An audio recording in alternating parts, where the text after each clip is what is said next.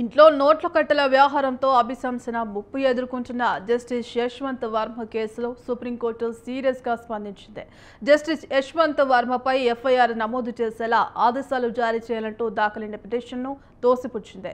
ఈ పిటిషన్ను అత్యవసరంగా విచారించాలని దరఖాస్తుదారుడి తరపు న్యాయవాది చేసిన వినతిని తోసిపుచ్చింది.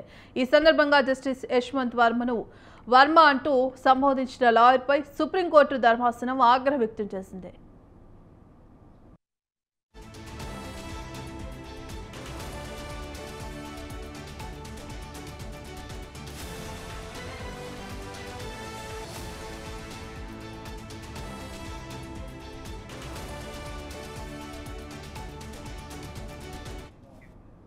జస్టిస్ యశ్వంత్ వర్మ అని సంబోధిస్తున్నారు.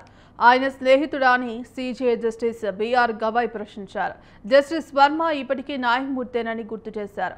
ఓ హైకోర్టు న్యాయమూర్తిని ఎలా సంబోధించాలో తెలీదా అంటూ సీరియస్ అయ్యారు. దీంతో న్యాయవాది మాథ్యూస్ నెడంపర స్పందిస్తూ జస్టిస్ యశ్వంత్ వర్మ అవినీతి ఆరోపణలు ఎదుర్కొంటున్నారని గుర్తు చేశారు. ఈ ఆరోపణల కారణంగా న్యాయమూర్తి స్థానానికి ఆయన సరితూగారని అన్నారు.